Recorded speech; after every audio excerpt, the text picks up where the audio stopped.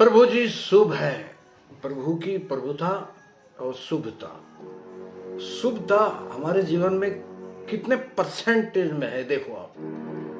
जब बच्चा पैदा होता है पूरी तरह ईश्वर का रूप शुभ, इस संसार से उसका नाता तो होता है मगर संसार उस पर प्रभाव नहीं डालता।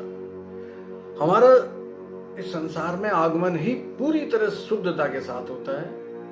कोई भी गलत आदत बात कुछ भी नहीं, मतलब सीधे ईश्वरीय रूप में इस संसार में आते शुभ हुए। उसके बाद जब बड़े हुए, जब ये संसार हमें आकर्षित करता है, जब हम झूठ बोलना या इसमें लिप्त होने लगते हैं चीजों को, तो वहां से शुरू होती है हमारी परीक्षा। उसके बाद हम जब बुजुर्ग अवस्था में जाते हैं फिर हमें अफसोस होने लगता है कि हमने जवानी में क्या क्या गलतियां की। यानी कि कुल मिला के बचपन और बुढ़ापे में दोनों, स्टार्टिंग और एंड, हम शुभ पवित्र शुरुआत में बचपन में पूरी तरह पवित्र होते हैं, शुभ होते हैं।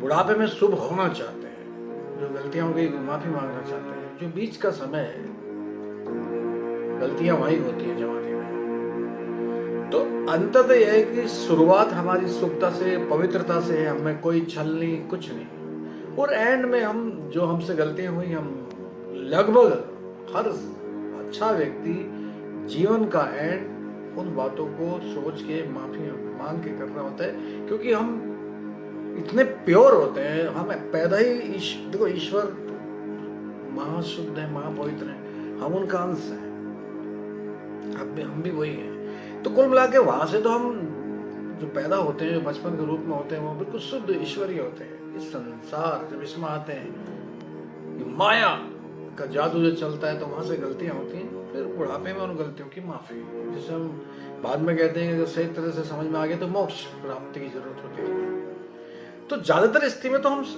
तो हम शुभ है ना, हमें शुभ ही बनाया है।